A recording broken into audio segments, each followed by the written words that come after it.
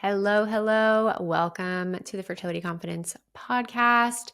I got to sit down with Ryan Woodbury, one of the co-founders of one of our favorite supplement companies, Needed, and really had a wonderful conversation all around a new study that they have done called the Prenatal Nutrient Status Study. And Ryan shared at the end of the episode that more to come in terms of publication and things like that. But there's a lot of wonderful info over on the website. You can read more about the study at thisisneeded.com/thrive. But we covered today really how they were understanding nutrient depletion in women, both through the fertility journey, through pregnancy, and through the postpartum, and how they then spent 3.5 years formulating their prenatal products to meet these needs. And with the birth of this research study that they were doing, they got to look at, I believe it was something like 250, I actually have it open on my screen. Bear with me. How many women did they recruit?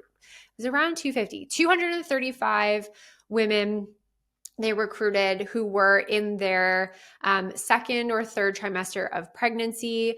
And then they had a group of women on the Needed prenatal, and then groups of women on their own prenatal vitamin, and got to look at nutrient levels. And it was quite fascinating to see the stark differences in some of these really key nutrients that we know are so important for the fertility journey, but definitely really important for the pregnancy journey and postpartum journey as well. So Ryan shared with us the results of that research, what she found fascinating, and then a little bit more of how the Needed products really meet the needs of women through their fertility and also their pregnancy journey. And it was really eye-opening for me because I get asked this question a lot of well, I eat really well. I eat whole foods. I eat a lot of fruits and vegetables. I'm super healthy. Do I really need a prenatal?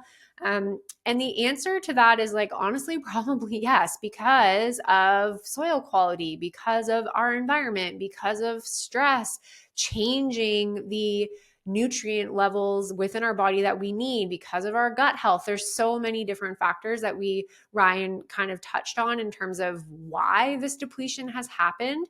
And it really made my brain start to think about all of my clients, coming out of their pregnancy journey and in the postpartum journey, and the symptoms and experiences that they can be having during that time that's so easily getting brushed off as, well, of course you're tired. Of course you're depressed, you just had a baby, all these things, of course, you don't feel well or you have brain fog. But how much of those symptoms, that are just getting put in this bucket of you're a new mom, or you're a woman in general, and that's a whole other, box we can open up at another date. But how many of those symptoms are actually simply from foundational depletions of fundamental nutrients? And it really got my gears spinning of how can we do better as a company in this arena to make sure that this isn't happening. And that's why I love partnering with Needed, because that's their mission, and not just with releasing products, but also with the educational and the research aspect as well. Because Ryan even shared at the beginning of the recording that most of our nutritional data is actually done in men. We are not men, guys. We've said this many times in the podcast before. We can't be following research that is only done in men. And women for a very long time were excluded in research, and we're now just seeing the winds of change happening. And so I think this is kind of one of those stories of probably more to come, more to uncover. And then how do we actually change and make different decisions to ensure that we are the healthiest version of ourselves, which through the fertility journey, we get so hung up on how do we boost our fertility that we forget at the very, base of all of this is really the question we're asking ourselves is, how do I become the healthiest version of myself? And nutrients, basic nutrients, are B vitamins, vitamin C, magnesium, zinc, selenium. These things just get so left behind in the fertility journey and kind of just ignored because we're very hyper focused on the bigger picture things and what the internet is saying we need to do to make a baby. So I love this conversation with Ryan. It was so lovely to finally meet her. Obviously, if you're a podcast listener, you know that we've been a longtime partner with Needed. I so appreciate all the education and what they're doing for the supplement market through fertility, pregnancy, and postpartum care for women and for men. We one of their men's multis is actually one of my favorite products right now to recommend. So you can check out Needed over at thisisneeded.com. And as always, they've graciously offered us, our podcast listeners, an amazing 20% off discount with the code Dr. Kelsey on your first order. So you can check that out. Pop that code in, get your discount. You can read more about the research over at thisisneeded.com/thrive. And I'll make sure all these links are in the show notes. Enjoy my conversation with Ryan, and I will see you guys in the next episode. Welcome back to the Fertility Confidence Podcast, and welcome to my wonderful guest, Ryan. Thank you so much for joining me today. Thank you so much for having me. I would love to start just to kind of set the foundation of like who you are and how Needed came to be. Yeah, absolutely. So I'm Ryan. I'm one of the co-founders of Needed. I think, first and foremost, I'm a mom of two, or mom of four, as I sometimes say. I have two kids, a 3-year-old girl and a 1-year-old boy, and then 2 rescue mutts that sometimes make it feel like we have 4 children. Yeah.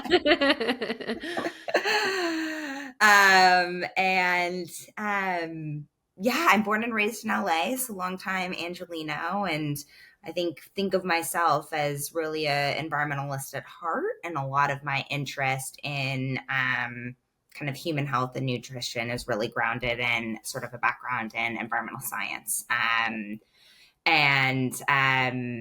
Excited to share with your group today a little bit more about the like history of Needed. And I think the sort of the basics there is I found an interest in nutrition, as I'd mentioned before, through a background and interest in the environment. Growing up here in LA, my dad used to say when he drove me to school in the mornings on the way to school, Ryan, look at the mountains. And I'd have to repeat, it's a beautiful day. It's great to be alive.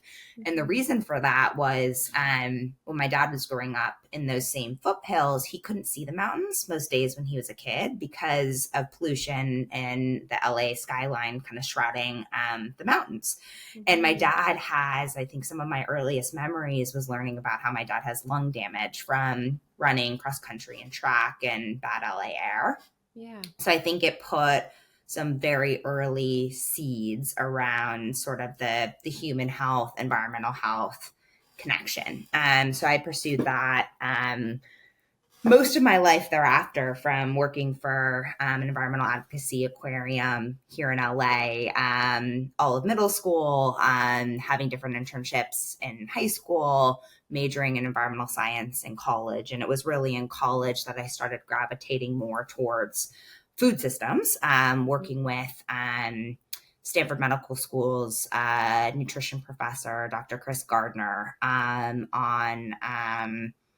nutritional science and really teaching how basically rooting kids in really exposure to different plants and vegetables could change eating preferences later in life. So that's a little bit of the arc of longtime interest in nutrition.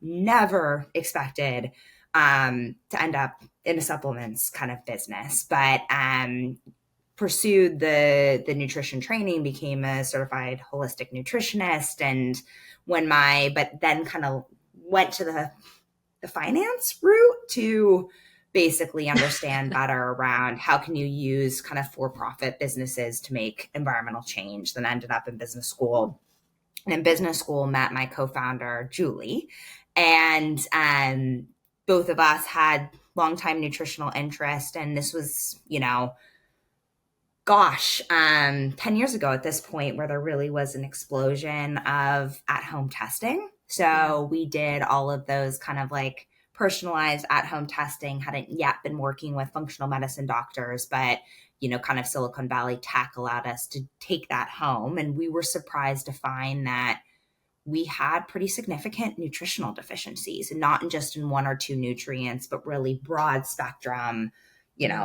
across the board. And this was shocking given we were the most like nutritionally informed and nutritionally like Yeah. thoughtful of our friend group, of shopping at the farmer's market, thinking about how you prepare food, etc. And I think it really was just a light bulb that went off of, wow, if we're this deficient, what does it mean for other women too? And both of us were thinking about beginning our journeys to motherhood at the time and had enough kind of background and experience in nutrition to know how powerful nutrition is with really supporting physiological processes. So Yeah. that led us to spend a bunch of time digging into the research and really seeing that it's true. Like the research suggests that 95% of women are nutritionally depleted despite taking a prenatal vitamin. So I think front and center, it was like, okay, food alone isn't cutting it. And there's a whole Mm. host of reasons as to why that is. But the sad part was prenatal vitamins as designed weren't getting anywhere close to making up the difference. And that was scary because pregnancy is such a vulnerable time in a woman and a baby's life, and really where you can change the trajectory of outcomes to come, not just birth outcomes, but Yeah. really like a mom and a baby's trajectory for the rest of their life. So I think it was just upsetting and something for, wanting to become moms ourselves. We just couldn't get away from it. So we basically spent all of business school learning as much as we could about perinatal nutrition and beginning to meet practitioners like yourselves, like understanding how they were working sort of differently in a more nutritionally informed way with their patients and the roadblocks that they were running into. And I think we heard again and again from these more nutritionally informed practitioners, like, yeah, like prenatal vitamins aren't cutting it. We're offering these other kind of protocols, but they're 12 supplements from 6 different brands and it's super clunky. And there's a lot of checking of making sure you're not overdosing on certain things. Because like, the prenatal multivitamin has folate, but so does the egg quality support. And that is going to be way too much folate and can lead to, serotonin issues for a mom, et cetera, et cetera. And I think we got a lot of validation of there is a huge gap in the market. And if you guys look to redesign from the ground up, a more kind of supportive prenatal vitamin and other products that could work well with it to really support women at this life stage, like there is a massive need there, and you have the potential to change outcomes. So that was really the driving force for us. Yeah, I love that. And I think like when you open up the Needed website and you see 95% of women are nutrient deficient and depleted, and thinking back, listening to your story and your journey and thinking back to me, the practitioner, not even just me, the mother, but all the women I've worked with over the years to help them get pregnant and then following them through their postpartum journey, I can definitely see in symptoms and how they're feeling and their mood, where that depletion that just gets even worse through pregnancy. And now, maybe food is changing in terms of decision making postpartum because they're tired, because they're busy, and they need the nutrient requirements get even higher at that point. How challenging that can be. And I think we hear so often, and I hear from my clients, from their family doctors, just go grab any old prenatal from the drugstore and start trying and you'll be good to go. And now we're learning more and more how that's just not actually the case, which I love that you guys have run this study and dug into the research. And I think that stat can be very shocking for women, but why are we seeing that? Why is the deficiency so striking with women? So, I mean, I think there's a number of reasons, but like, I think one of the step back points that makes me sad, and in some ways why this depletion persists, is that I think society sort of just expects women to be tired. Pregnancy is going to be hard. You're going to be exhausted as a mom. And so I think there is this just like cloud around it that women don't even know that they had an unmet need. And I know for myself, Right. when I like realized the deficiencies and then I was able to be very specific in how do I correct them, I felt dramatically different. But I wouldn't told you in the pre-me version that like Yeah. I didn't feel I felt fine because that was just the normal that I knew and expected. So I do think there is a conditioning factor that supports the stagnation and the lack of improvement on this problem because people aren't sort of advocating for things that could be better because they didn't even know there could be a better way. So Yeah. I'll do that Yeah. sort of grounding, but the basics around sort of maybe the step back, why are we so depleted? There's a number of reasons that kind of go into it. Some of it we hinted before around just food isn't cutting it. There's, a whole host of reasons around that, from soil quality degradation to, we're eating a lot more processed foods to the time between when a piece of broccoli is cut versus when we actually eat it and how we prepare it in a microwave versus, being Yeah. steamed properly all contribute to diet not contributing as far as we want. Then you add in just modern stressors. Yes, there's certain stressors that we have cleaned up, that air quality in LA is better than it was when my dad grew up, which is wonderful. But air quality in Yeah. LA, like, still isn't great, especially in a post-fire LA. Yeah. And we just, with modern technologies and constantly being on and, you know, 5G, all these other things, depending on what you think, there's just much more stress hitting our bodies on a daily basis that increases our nutrient loads because nutrients are kind of protective against our body handling these stressors. And then you get to the prenatal vitamins in and of themselves. And really the flaw in their design is because a combination of most prenatal vitamins are designed off of the RDAs, which is a government standard kind of saying what is the recommended daily allowance that you should have of various nutrients. And that RDA more or less gets translated into the percentage daily values that you see on any kind of supplement or food nutritional facts label. And the root of those numbers, like, hey, you're getting 100% of your vitamin C today, came out of World War II and looking at how do we avoid disease in soldiers overseas.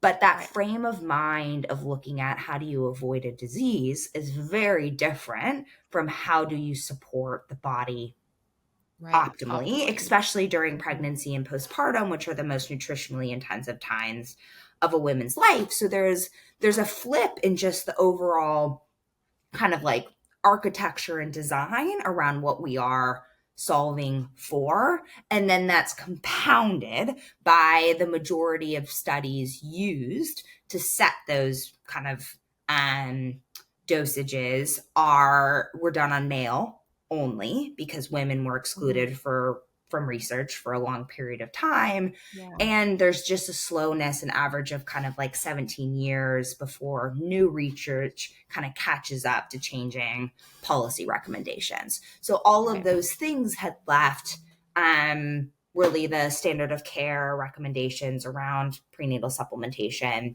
leaving women depleted.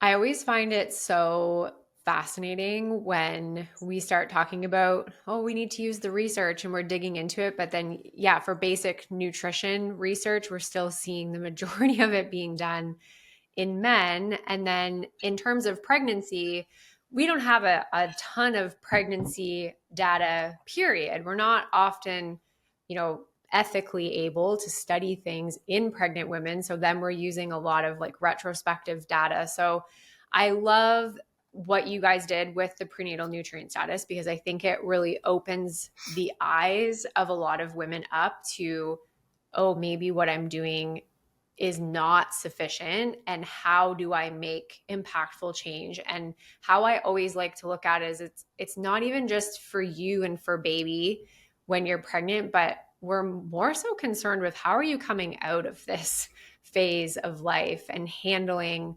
postpartum and then potentially a subsequent pregnancy after that. And now we're just snowballing that depletion. So what really what was kind of the cool, fascinating, really eye-opening result that you guys got out of that study? Yeah. So just to step back, the prenatal nutrient status study that Kelsey mentioned is an IRB approved clinical study that we ran earlier this year, where we recruited 235 pregnant women in their second trimester and early third trimester to look at their nutrient status across a broad range of nutrients. And what was cool is that we recruited them across 7 metro areas in the US. Cool. And Yeah. these women were otherwise pretty, it was both a diverse population ethnically, but the women were otherwise pretty similar based off of, weeks of pregnancy, how old they were, and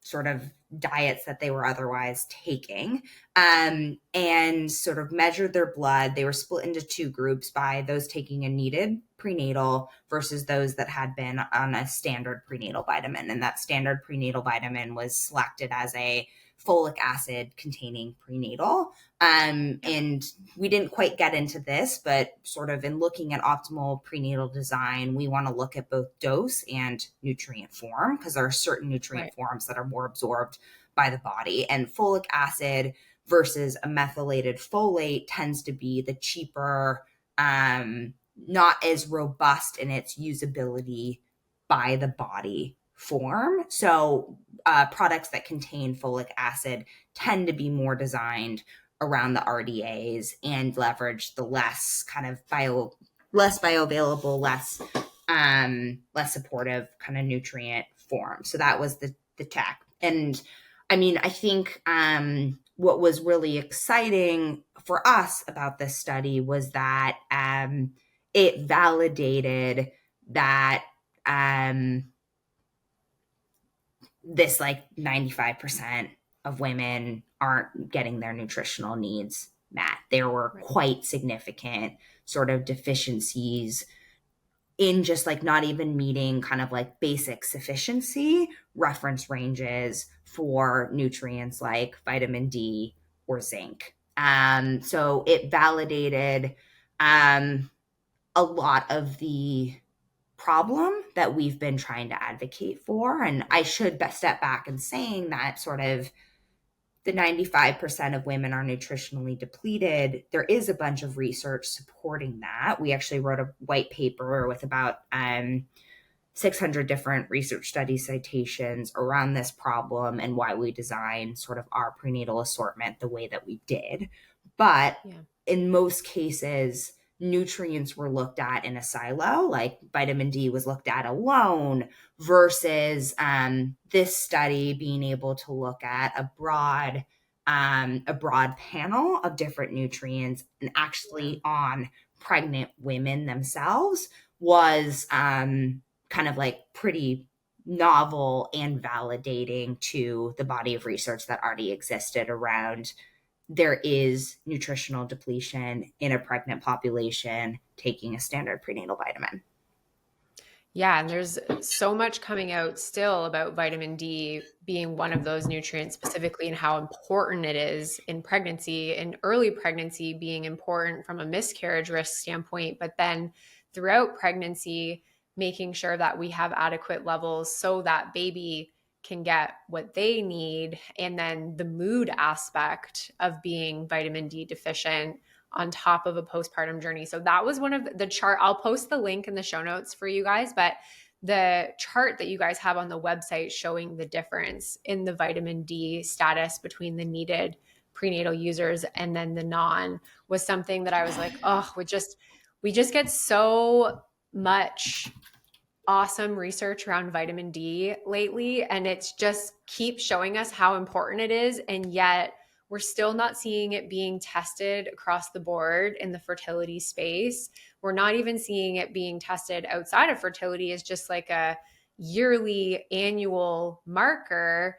But we know, and I'm sure, I don't know if this is maybe the vibe you get in California. I live in Southern Ontario, so like it's winter pretty much all year round here. We don't get a lot of sun, but we still are kind of ingrained from our GPs that, well, if you're outside, you're going to get enough. 1,000 IUs is okay because that's what Health Canada here has decided. Actually, I think they might have bumped it up to 2,000 last year, maybe. Where our which I'm so prenatal, jealous I think of like them. eventually we want to sell into Canada, but we have like worries with we won't pass Health Canada right now because our prenatals have 4,000 IUs of vitamin D, Because and of like we sort of think that that's the baseline you should be getting. 100%. Yeah. And as someone who tests regularly and prescribes based on levels, I can tell you with great certainty that most people's baseline is 4,000, and sometimes higher depending on where they live and all the other things in their absorption and all those factors. So that was one that really stood out to me. And the other one that really stood out to me too was the selenium, because we know how important selenium is. It's also great for egg quality. It's important for the thyroid. We know how big of a role thyroid plays in pregnancy. And that was a big one, that the difference between the needed prenatal and most other prenatals is that there's not usually a lot of selenium actually included in them, because you can only fit so much in a 3 capsule or less product, right? Yeah, completely. And I think that's like very helpful. So yeah, if folks want to go, she'll add the show note links, but it's thisisneeded.com/pages/thrive. You can see these charts, but they effectively show from a nanomoles per milliliter level where those unneeded ended up, what is the minimum recommended amount. Like for vitamin D, that's 40. Everyone in the standard group was below 40. And then the needed group averaged around 50. Which is exciting and, could support, hey, some of those women actually could benefit from potentially even more than 4,000 IU of vitamin D. And I very much feel that it's even in, a Los Angeles area, spending a bunch of time outside, like I need to supplement heavily. And I think a lot of that, right, our vitamin D receptors are really on our like chest and back, which is usually covered and not in the sun. And we're wearing, hats and sunscreen and all these other things. I'm outside all the time. I'm like, okay, but you're putting sunscreen on, right? And they're like, well, yeah, of course. I'm like, okay, then like you're really not outside in a vitamin D standpoint all that much. And then I agree with you that the selenium results kind of were quite powerful too, is I do think that selenium is one of those like forgotten nutrients that people don't really talk about at all. I guess you maybe hear about it sometimes for like sperm health for men, but not regularly for how supportive it is for women. And we do think that that's a critical piece of the puzzle. And there's some other nuances when you think about sort of supplementation and your products working together. Most standard prenatals are iron containing, which in some ways like makes sense that, iron deficiency is very common during pregnancy. But the problem is that iron competes for absorption with other minerals, and selenium and zinc, which are very important for this life stage and often get forgotten, could get outcompeted by iron. So that was the driving reason around why we sell our iron separate from our core prenatal to support kind of optimal absorption. And then we also, feel that iron needs are quite different depending on the stage of pregnancy. And that allows you to sort of titrate kind of more specifically depending on your needs. And most women are more regularly getting tested for iron than they are for selenium or zinc. So that was the easier one to kind of move out, as it wouldn't be forgotten if it wasn't there. Yeah. Yeah. That makes a lot of sense too, because I find iron, everyone absorbs it differently. Some people respond better to different products than others, but the dosing plays a really big role in that. So some women going into pregnancy already iron deficient are obviously going to need more than someone going into pregnancy that has adequate iron to start. And I find through pregnancy, we are often changing how we're dosing or what we're dosing or when we're dosing with iron to try to keep up with the demands of iron through pregnancy. So I do love having that separate. I also find sometimes the prenatals with iron included, that triggers more nausea with women. I don't know if you guys have ever seen anything that could explain that, but we've usually blamed it on like, it might be the iron. We Let's hear try it's, finding at something least it's, without. industry talk that certain forms of iron can be really upsetting to the stomach. We use a Yeah. glycinated form of iron for that reason, that a lot of our women tolerate much better. But I think iron is a very common kind of like nausea or stomach upset contributor. Yeah. Other than the vitamin D or the selenium, was there any key nutrients from the data from the study that you guys felt were surprising results to find? Um, I don't know if they were things that were totally surprising, but I think it did center or validate a lot of formulation decisions that we did make. Yeah. For example, B6 was one of those other nutrients that um, the standard group really failed to reach sufficiency on. And Right. we dose B6 in our prenatal much higher than others do, even Mhm. other kind of more practitioner grade prenatals. And um, B6 again is something that really does support, brain and nervous system and healthy mood, magnesium absorption, lack of nausea, some of these other things. And I think it was another kind of like source of validation around something that, folks thought we were a little like cuckoo and putting as much B6 in our multi. I think it was very grounded in what our practitioner base was seeing, but it's one of those nutrients I think that has been understudied in terms of how, and forgotten in terms of how supportive it is. So that was great. I think the other sort of not unsurprising but helpful indicator is there's a lot of debate in the industry around optimal folate form. I think there's a lot of practitioners that are still in the folic acid only camp. And a lot of that is driven because folic acid is the only form of folate that was specifically studied to prevent neural tube defects. And a lot of that is just like ethically, we're not going to run the studies that they ran on folic acid kind of before. Right. But there's, I think increasing understanding that despite folic acid being immediately kind of well absorbed, it's not, and ending up in blood and supporting, red blood cell levels of folic acid, it doesn't get utilized as effectively in the body and kind of can bioaccumulate.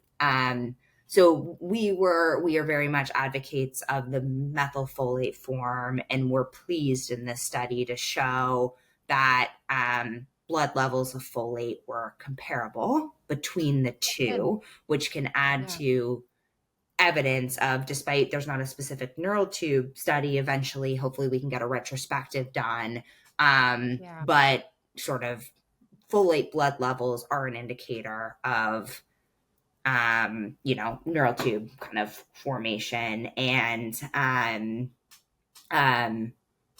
it supported kind of that point of the ongoing body of research around why methylfolate is a preferred form for so many. Yeah.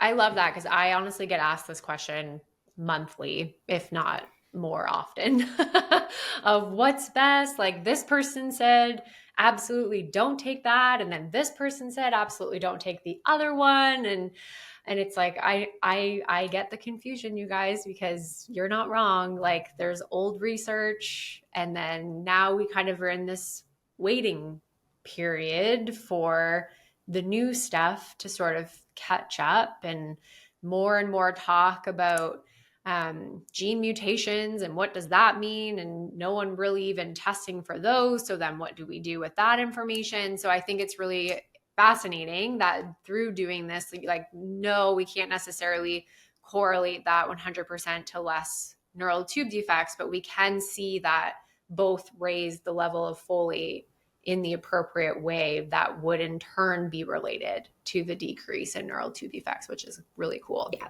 Yeah. And I think like more evidence to this regard needs to get collected. And I think, we're evaluating sort of basically looking at it from an, as you mentioned, an epigenetic perspective, because we think that is a piece that is missing in the conversation when you look at folic acid versus methylfolate and comparing them head to head. The epigenetic implications are not really supported by folic acid, and the expanding understanding of epigenetics is really that next frontier of better understanding kind of perinatal health and expression. And we're excited that we've been working with a woman for a while now, Lucia Aronica, who's a professor researcher at Stanford, who's sort of a leading epigenetics person, and more to come out of Needed Labs, which is our initiative that did this clinical study, and wrote our white paper, and is actively working on some other research initiatives, because at the core of what we're trying to do there is to advance women's health research and really advocating and making sure sort of the data around the impact of nutrition at the perinatal life stage can no longer be ignored. Yeah, or based on data from World War II veterans. Which I did not know that. That's actually shocking to me that that's where those numbers come from. Yeah. Because how wildly not appropriate is that? Yeah. Oh my goodness, that's too funny. Okay, so you guys have 3 prenatal options. We have like our main needed prenatal, the powder, which I love recommending to my clients. And for podcast listeners, it's the one I definitely talk about the most. And then you have the essentials option. So I'd actually love to hear from you, Ryan, like, what is the difference with the essentials and who is a good candidate for that product specifically? Yeah, that's great. So basically, our hero, we spent almost 3.5 years in R&D designing these formulas from the ground up, going through like every single dosage, nutrient form, manufacturer review with a team of myself and practitioners and supplement designers. And that really landed at, our hero products, which they have the same nutritional claim labels, but you can pick powder or pills. It is the pill version is 8 capsules.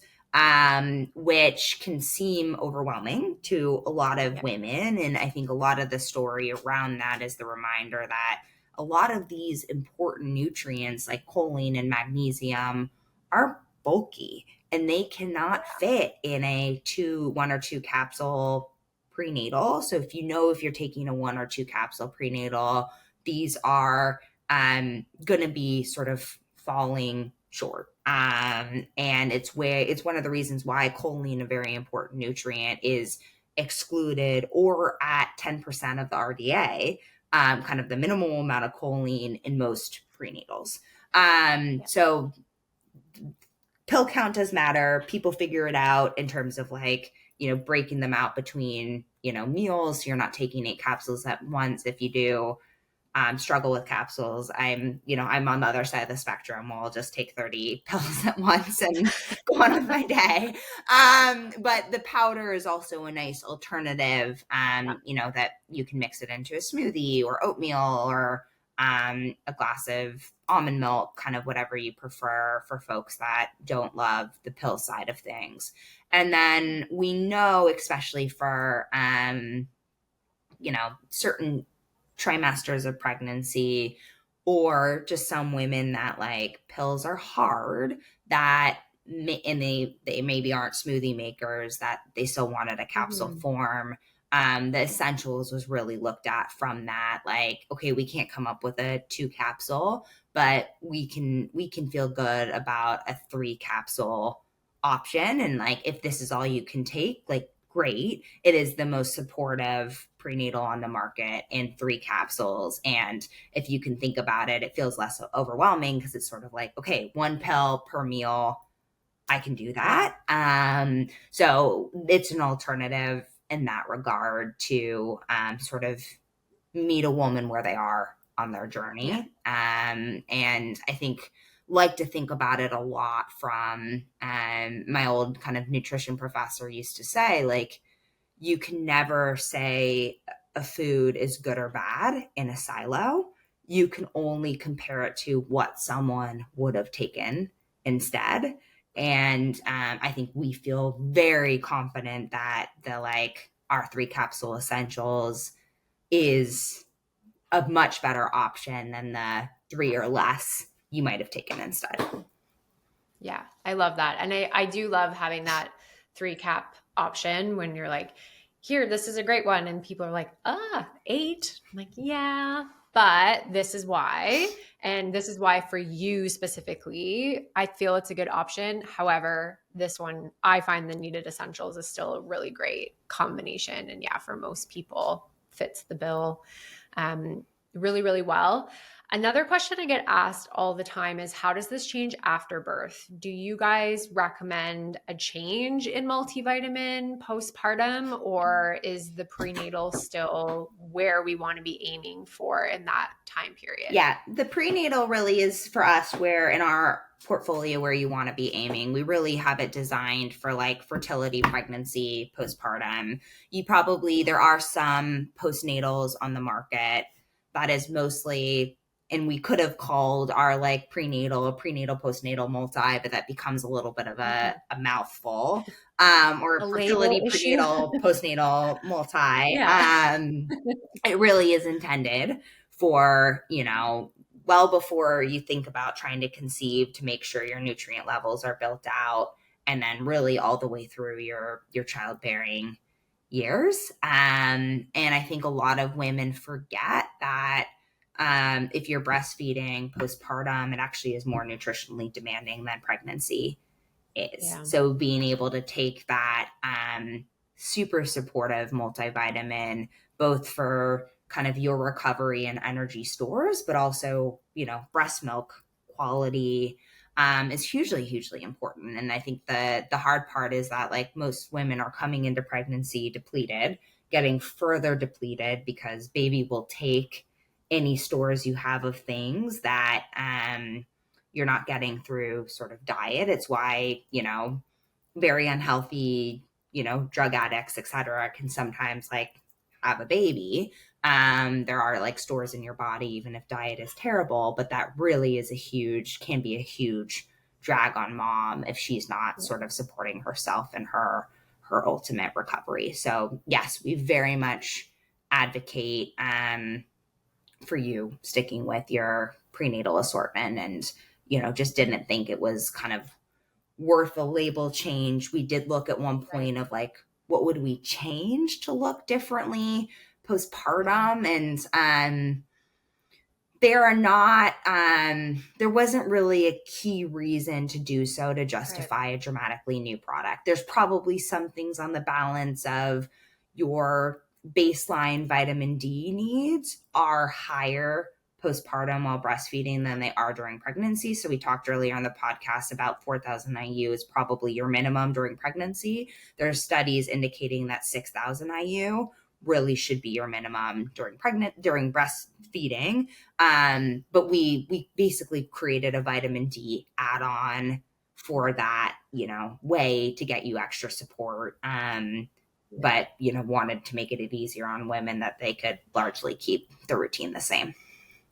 Yeah, I love that. And I think you've done a really great job kind of highlighting how needed is different on the market, supporting women through all aspects of their journey. But is there anything maybe we didn't cover that you feel really strongly makes needed so special that you'd like to share?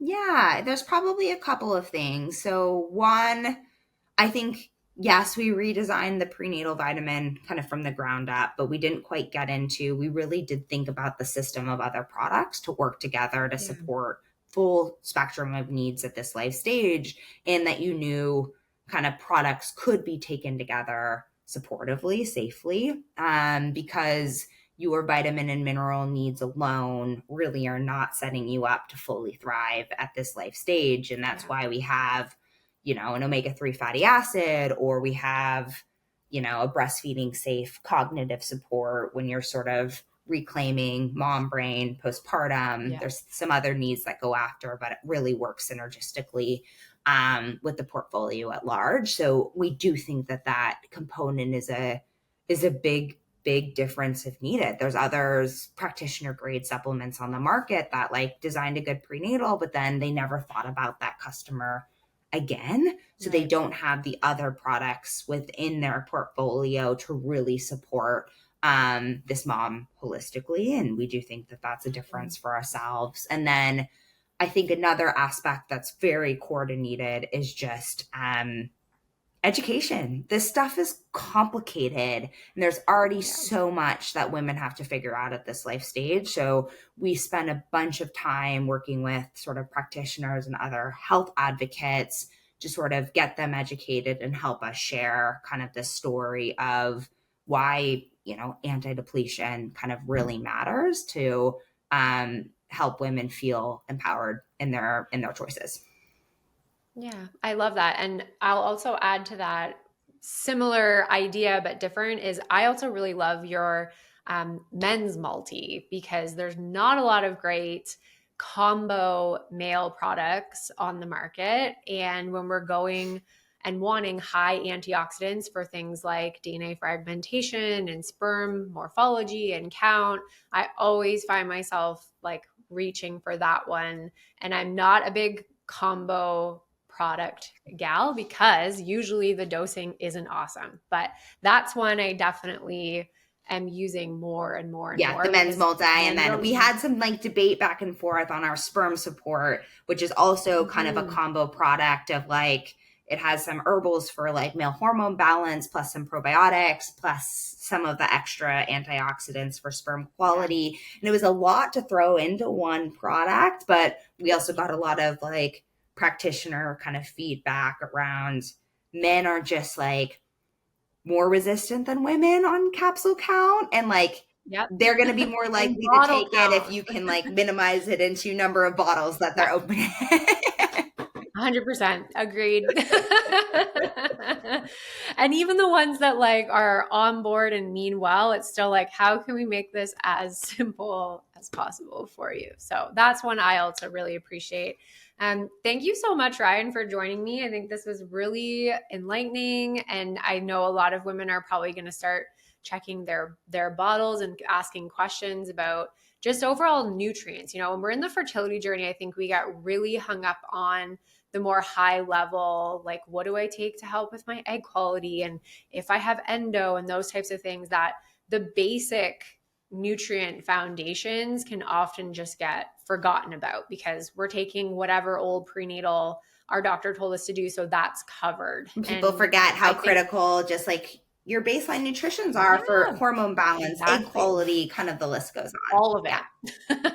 All of it. It's such a foundational aspect. So I'd love, love, love to just finish off with one piece of fertility advice that you'd maybe like to leave for our listeners.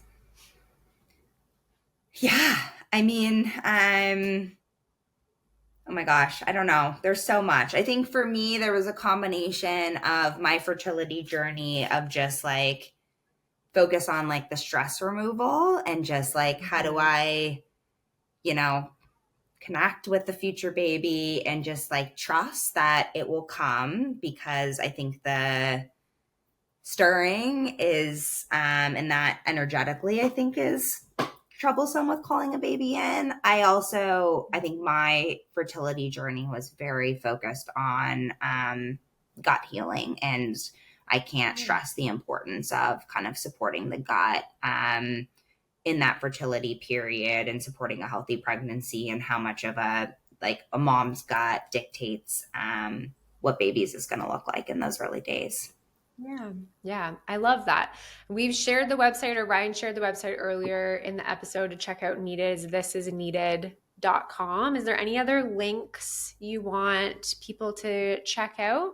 Yeah, I mean, thisisneeded.com, the/thrive will get you to the study summary, the images that Kelsey mentioned, and then clicking into the longer kind of study summary and findings. I would say that what's available there now is just an early preview. The data was so robust that we are waiting on journal publication to reveal kind of some more.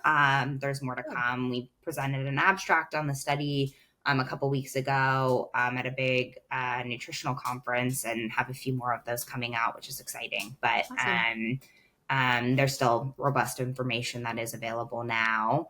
And then I think, like, you know, we have an amazing customer service team. So I think feel free to email or Instagram DM questions if you have them.